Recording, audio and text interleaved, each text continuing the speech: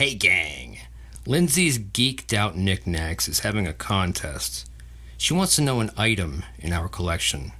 We'd never give up. Well sir, way back in 2000, I had the opportunity to meet Robert Crumb.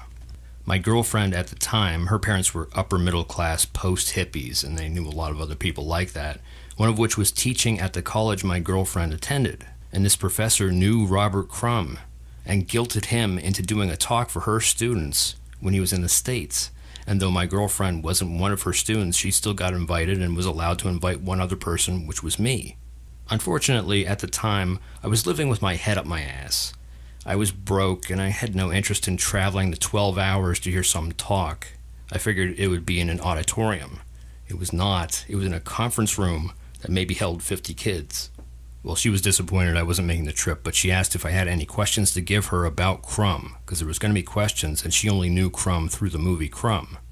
Most of what I knew was through the movie Crumb, too, and my question was about the movie.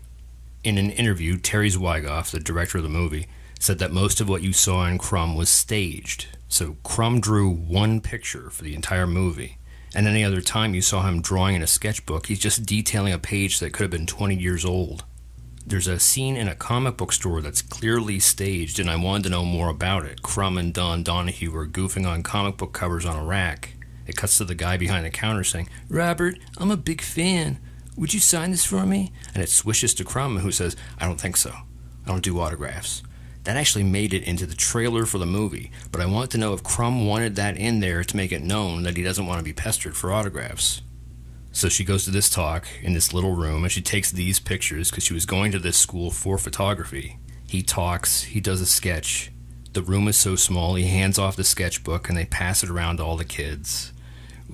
Just thinking of that makes me think, why didn't I go? And then he takes questions, and she said most of them were about the movie.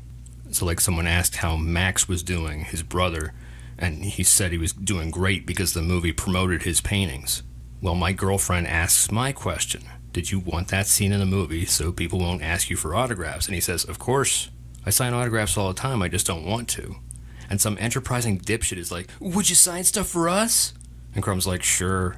So they've been told, do not bring books, there will be no signing. Some of them, of course, did bring books, but basically everyone's lining up with nothing to sign. But there's a little table with coffee and stuff on it, so someone says, can you sign these plates? So I have a paper plate signed by Robert Crumb. I wish she had got photos of him actually signing, but she did include pictures of her vagina, so that more than made up for it. So this is the one thing in my collection I'd never give up. I don't know how collectible it is, though.